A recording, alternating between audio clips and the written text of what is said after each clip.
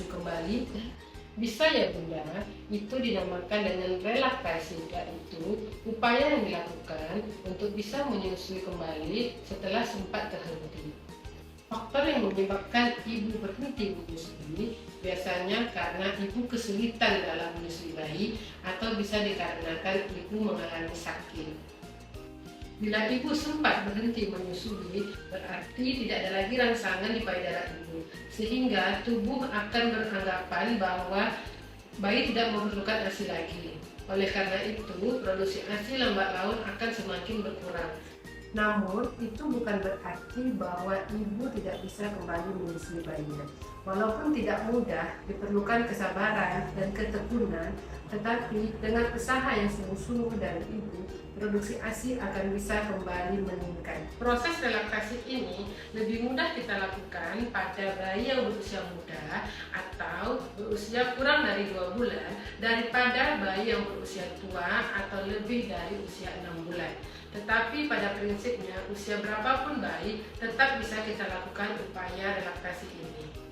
Relaksasi ini lebih mudah jika bayi baru saja berhenti menyusui dibandingkan bayi yang sudah lama berhenti menyusui. Namun proses relaksasi ini bisa dilakukan kapan saja.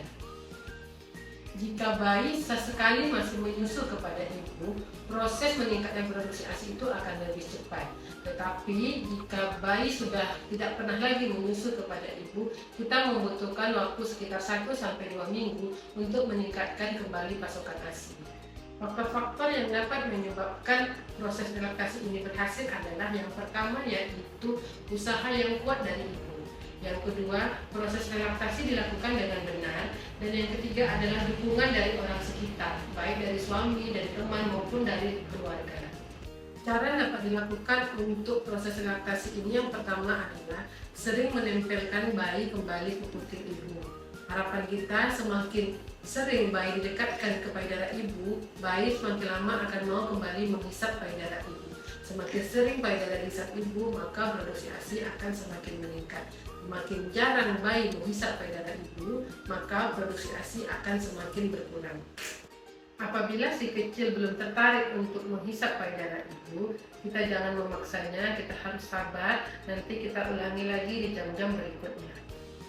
Cara kedua, sering memerah payudara untuk merangsang produksi ASI. Ketika payudara ibu dilakukan pompa atau perah, itu sama saja seperti bayi menghisap payudara ibu.